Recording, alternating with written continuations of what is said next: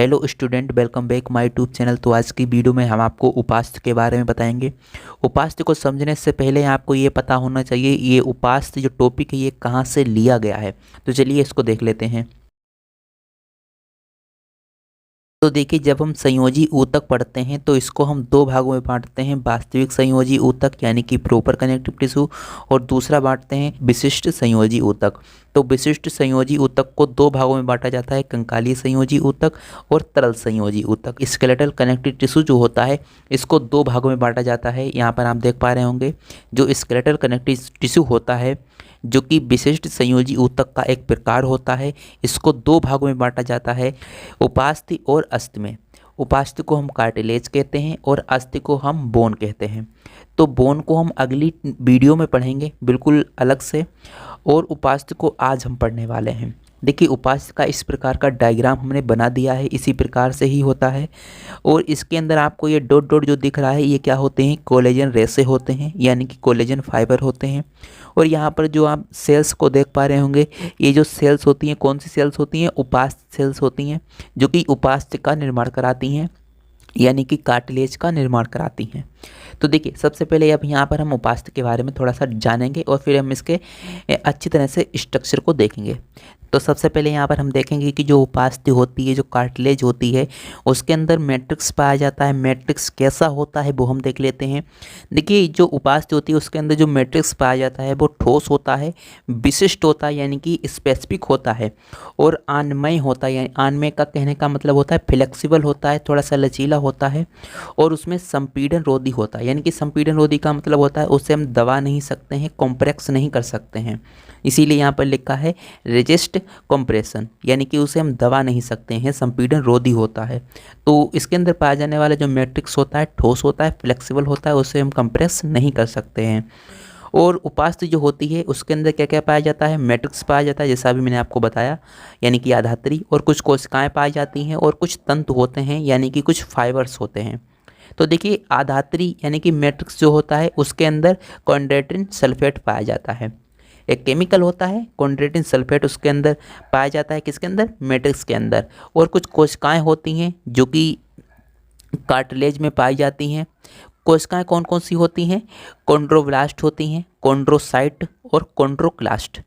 Okay, तो जो chondroblast होती है वो किसका निर्माण करती है, कॉन्ड्रोसाइट का निर्माण करती है। फॉर्मेशन यानी कि निर्माण करना, तो कॉन्ड्रोब्लास्ट सेल्स जो होती है कॉन्ड्रोसाइट सेल्स का निर्माण करती है।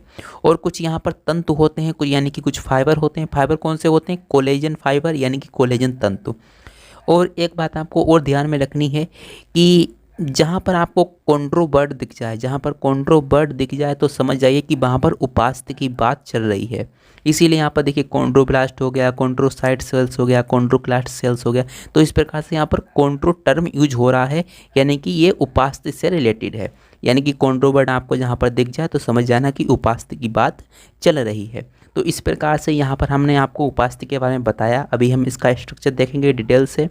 तो इसमें इस प्रकार का ये मैट्रिक्स होता है, और उपास्थि की जो सेल्स होती है उसके अंदर मैट्रिक्स पाया जाता है, कोशिकाएं पाई जाती हैं, तंत्र पाया जाता है, इस प्रकार से।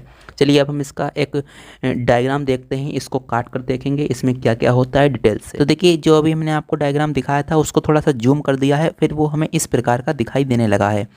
देखिए, इसको सबसे ऊपर की जो लेयर होती है इसे हम पेरिकार्डियम बोलते हैं।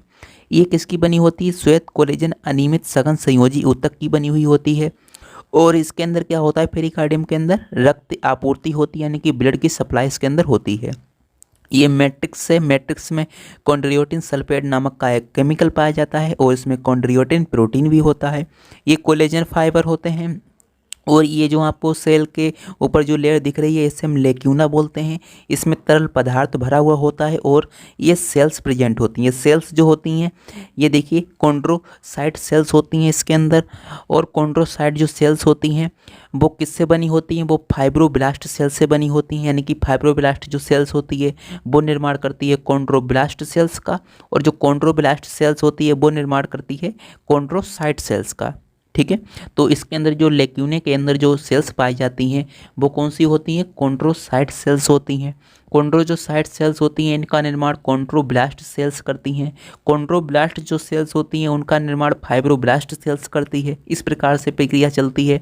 और जो कॉन्ड्रोसाइट सेल्स होती है इनका भक्षण करने वाली कौन सी कोशिका होती है, कॉन्ड्रोक्लास्ट सेल्स होती है। कॉन्ड्रोक्लास्ट जो सेल्स होती है कॉन्ड्रोसाइट सेल्स का भक्षण करती है, यानी कि खा जाती है।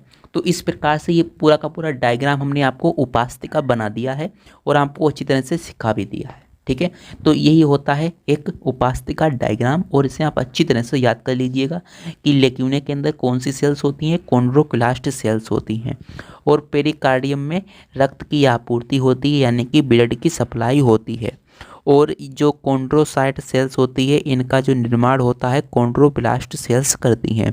और कॉन्ड्रोब्लास्ट सेल्स का निर्माण कौन करती है, फाइब्रोब्लास्ट सेल्स करती है।